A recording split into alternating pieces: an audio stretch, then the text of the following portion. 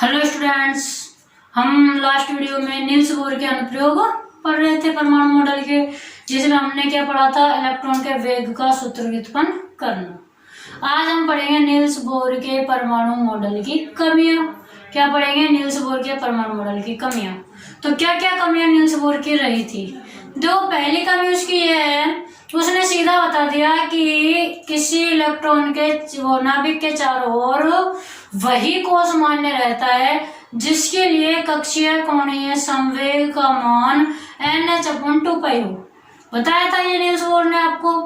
तो अब क्वेश्चन क्या उठा कि ये जो कक्षीय कोणीय संवेग MVR है, इसका मान NH/2π कहाँ से आया? नील्स बोर ने NH/2π किस आधार पर इसकी वैल्यू दी? तो इस बात की व्याख्या नील्स बोर नहीं कर सका। उसने बता तो दिया कि कक्षीय कोणीय संवेग NH/2π होगा, लेकिन कहाँ से आया, कैसे आया, इस बात की व्याख्या नील्स बोर नहीं कर सका। और अगर व्याख्या नहीं कर सका तो मतलब वो कमी है, जैसे रदरफोर्ड की कमियां थी।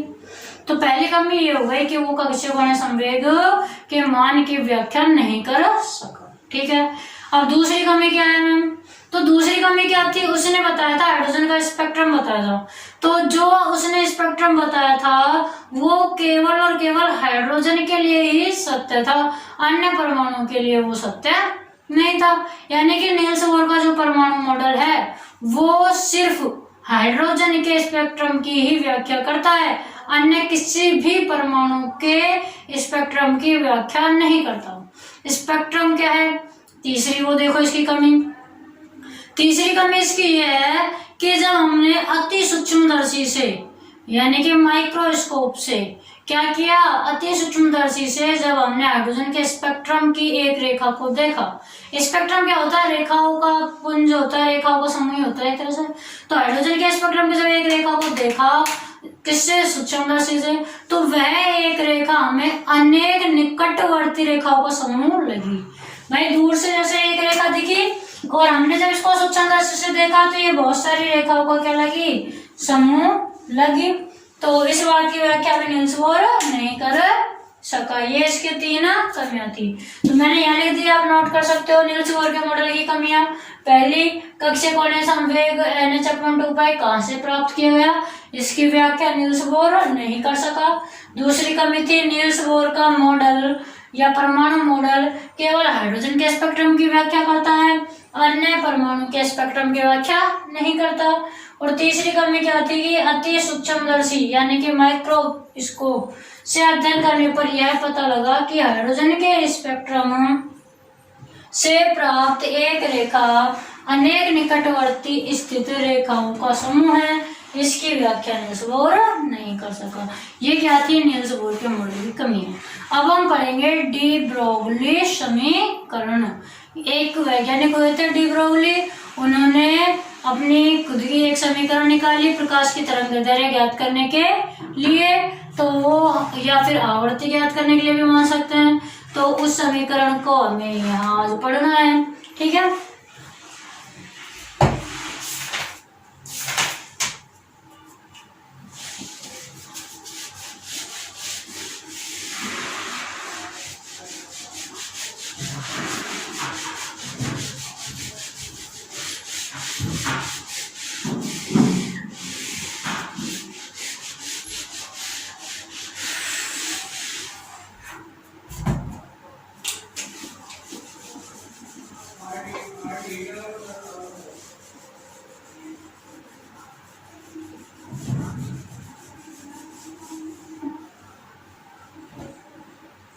देखिए नेक्स्ट हेडिंग है आपकी डी ब्रोगली समीकरण।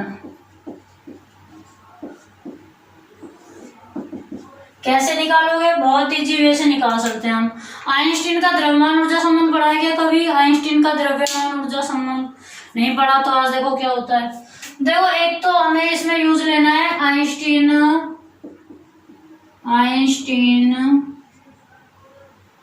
के द्रव्यमान ऊर्जा संबंध से आइंस्टीन ने द्रव्यमान ऊर्जा के बीच संबंध को किससे दर्शाया, E is equal to M C square. E ऊर्जा होती है, m क्या होता है द्रव्यमान, c क्या होता है प्रकाश का वेग। तो आइंस्टीन ने बोला था कि जो प्रकाश की ऊर्जा है और ये इलेक्ट्रॉन का द्रव्यमान है, इन दोनों के मध्य में क्या संबंध होता है, E is equal to M C square. यानी कि जो ऊर्जा होगी वो प्रकाश के वेग के वर्ग और द्रव्यमान के गुणनफल के बराबर होगी।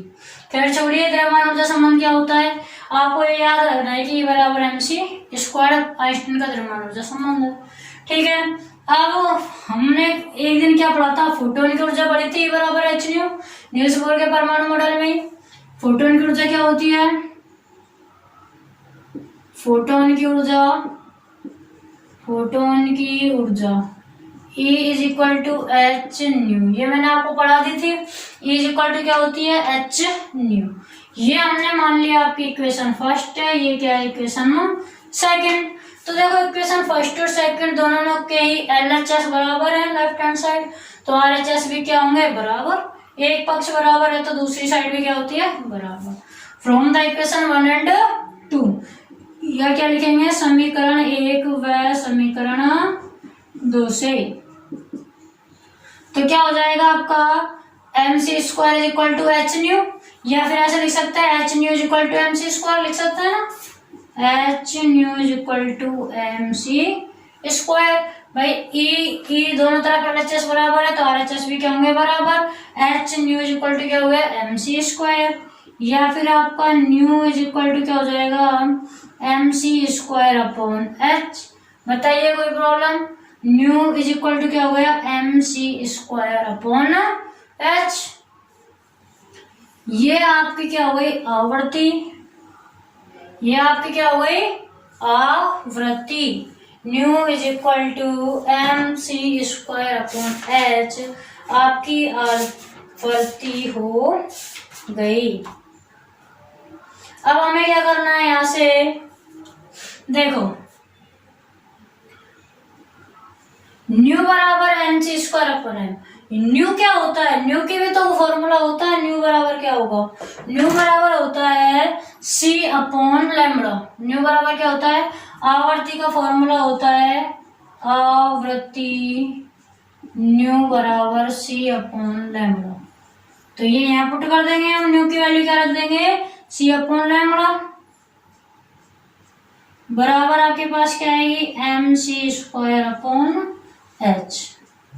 ठीक है, क्योंकि आवर्ती न्यू बराबर होती है सी अपॉन लैम्बडा। जो कैंसिल हो वो कैंसिल कर सकते हैं।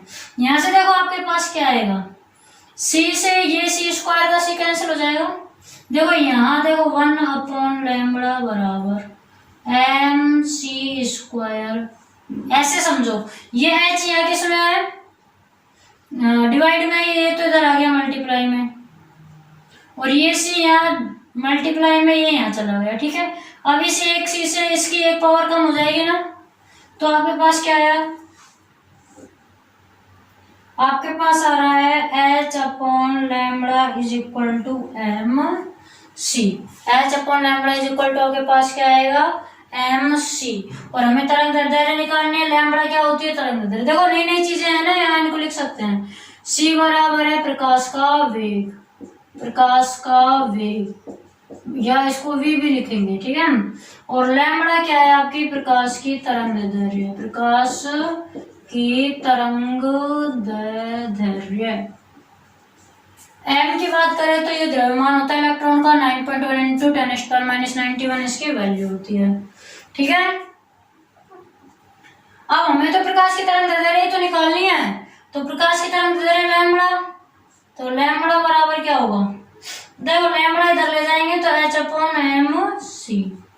लैम्बडा बराबर क्या होगा एच अपॉन एम सी, या लैम्बडा बराबर एच अपॉन एम वी भी बोल सकते हैं, क्योंकि सी क्या है प्रकाश का वेग है, तो इसको हम वी से भी नोट कर सकते हैं। और क्या लिख सकते हैं, लैम्बडा बराबर एच अपॉन एम वी, संवेग का सूत्र होता है द्रव्यमान इंटू वेग, फिजिक्स में पढ़ोगे ये आप। या कह सकते हैं lambda is proportional to 1 upon p, क्यों? क्योंकि h प्लांक स्थिरांक होता है, नियतांक होता है, इसलिए क्या कर सकते हैं, lambda is proportional to 1/p। 1/p क्यों? क्योंकि h स्थिरांक है, मैंने बताया था स्थिरांक को कभी भी हटाते हैं समानुपाती लग जाता है, और अगर समानुपाती को कभी भी हटाते हैं तो कोई ना कोई स्थिरांक लगता है। यहाँ समानुपाती हटाओगे तो h स्थिरांक लगेगा, और यहाँ से अगर h हटाओगे यानी कि स्थिरांक को हटाओगे तो समानुपाती लग जाएगा। तो बताओ कोई प्रॉब्लम है? देखो ये दोनों सूत्र लिए, समीकरण 1 और 2 से दोनों पक्ष बराबर किए, न्यू बराबर mc² है। आवर्ती हम इस सूत्र से भी निकाल सकते हैं। आवर्ती के दो सूत्र है, mc²h। यदि हमें क्या दिया हुआ हो, mc²h की जरूरत भी नहीं पड़ेगी, डायरेक्ट यहीं से कर लो।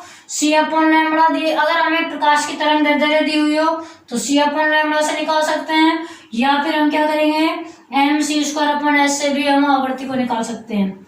न्यू का फॉर्मूला रख दिया हमने c/λ। ये ऐसे कैसे, जो चीज कैंसिल हो वो कैंसिल की थी, और लैम्बडा की वैल्यू क्या आ गई, h/mc। कैसे आ गई, ये लैम्बडा भाग में उधर डिवाइड हो जाएगा, और ये mc मल्टीप्लाई में इधर डिवाइड हो जाएगा। h/mc बराबर क्या हो जाएगा, लैम्बडा, या लैम्बडा बराबर h/mc। c की जगह v क्यों रखा, क्योंकि हमें पता है c प्रकाश का वेग है, वेग को v से भी प्रदर्शित कर सकते हैं। p क्यों रखा, क्योंकि p बराबर mv संवेग होता है, ये क्या होता है, संवेग। ठीक है, तो अब हम इस पर क्वेश्चन कैसे आते हैं, क्वेश्चन सॉल्व करेंगे। पहले आपको ये नोट करना है, फिर हम एक क्वेश्चन सॉल्व करके देखेंगे। देखो क्वेश्चन कैसे आते हैं इस पर, देखिए पॉज कर लेना वीडियो को और इसको लिख लेना।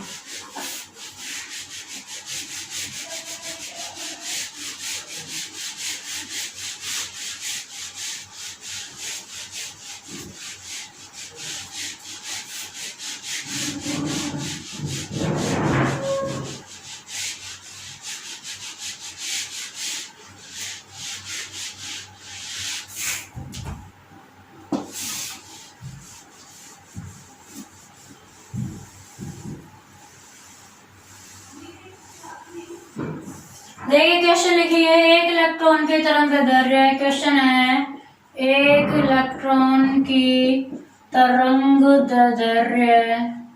तरंग दैर्ध्य क्या होती है, लंबाई होती है कि तरंग की लंबाई कितनी है, तरंग की लंबाई को क्या बोलते हैं, तरंग दैर्ध्य। कितनी है, 2 × 10⁻³ मीटर है। लंबाई है तो मीटर ही होगा, मतलब मीटर या सेंटीमीटर है। तो क्या ज्ञात करना है आपको, इलेक्ट्रॉन का वेग ज्ञात करो, इलेक्ट्रॉन का वेग ज्ञात करो। तो मैम इसमें तो वेग ज्ञात करना है, वेग ज्ञात करने के लिए तो आपने z/n वाला फॉर्मूला बताया था, यहाँ तो है नहीं z/n कुछ भी। वो कब था, कोस के लिए था, यहाँ कोस थोड़ी है, यहाँ हमें डी ब्रोगली समीकरण से ही करना है। देखो डी ब्रोगली समीकरण क्या होती है, डी ब्रोगली समीकरण से, डी ब्रोगली समीकरण में मैंने आपको क्या बताया था, लैम्बडा बराबर होता है h/mv, या लैम्बडा बराबर h/p, बताया था ना। हमें क्या निकालना है, वेग निकालना है। क्या निकालना है, वेग। तो देखो ये जो v है ये यहाँ भाग में इधर मल्टीप्लाई में आएगी, lambda into v equal to h/m, और यहाँ से v बराबर हो जाएगा h/m, ये लैम्बडा मल्टीप्लाई में जो भी कहाँ जाएगा, डिवाइड में। तो v बराबर h प्लांक स्थिरांक होता है, जिसकी वैल्यू होती है 6.62 × 10⁻⁻34 जूल प्रति सेकंड या जूल सेकंड। m इलेक्ट्रॉन का द्रव्यमान होता है, यानी कि 9.1 × 10⁻31, और लैम्बडा की वैल्यू आपको कितनी दे रखी है, 2 × 10⁻³ यहाँ लिख दो। चूंकि प्लांक स्थिरांक h बराबर 6.62 × 10⁻34 जूल सेकंड, और m इलेक्ट्रॉन का द्रव्यमान कितना होता है, 9.1 × 10⁻31 किलोग्राम, और लैम्बडा आपकी तरंग दैर्ध्य दे रखी है 2 × 10⁻³ वैल्यू पुट कर दी। अब इसको सॉल्व करना है बस। v इज इक्वल टू, देखो 2 से कैंसिल करेंगे, 2 1 जा 2, 2 3 जा 6, 2 3 जा 6, 2 1 जा 2, 2 से जब इसको कैंसिल किया तो क्या है आपका 3.31 इंटू 10⁻⁻34 अपॉन, यहाँ कितना है 9.1 इंटू 10⁻⁻31 तो है ही, और माइनस के 3 और है, ये भी इसमें ऐड हो जाएगी। फॉर्मूला पढ़ा है ना, a की पावर m गुणा a की पावर n, m की पावर m, a की पावर m प्लस n, मतलब पावर आपस में जुड़ जाएंगी, माइनस के 31 और माइनस के 3, ठीक है। तो अब इसको सॉल्व करोगे तो क्या आएगा 3.31 अपॉन 9.1 इंटू 10⁻⁻34 तो ऊपर है, और बटे में 10⁻⁻34 ही क्या है आपके पास नीचे है, ठीक है ना। 31 और 34 कैंसिल हो जाएंगी, 3.31 अपॉन 9.1, और सॉल्व करके देख लेना, आप कर सकते हो तो, नहीं तो ये क्या आ गया मीटर प्रति सेकंड। फिजिक्स केमिस्ट्री में मात्रक बहुत जरूरी है लगाना, वैसे मैथ में भी अगर कभी दूरी वगैरह निकालते तो मात्रक जरूर लगाते हैं, तो यहाँ पर भी आपको मात्रक लगाना जरूरी है। वेग का मात्रक मीटर प्रति सेकंड या सेंटीमीटर प्रति सेकंड, तरंग दैर्ध्य आपको देखो किस में दे रखी है, मीटर में दे रखी है तो मीटर प्रति सेकंड लगाएंगे, अगर यहाँ सेंटीमीटर में दे रखी होती तो क्या लगाते हैं सेंटीमीटर प्रति सेकंड। हमने क्या निकाल लिया, वेग निकाल लिया। ओके स्टूडेंट्स, तो अब आपने क्या सीखा आज, नील्स बोर के मॉडल की कमियां, डी ब्रोगली समीकरण और एक न्यूमेरिकल। बाकी पढ़ेंगे हम अपने नेक्स्ट वीडियो में। Okay students, thank you.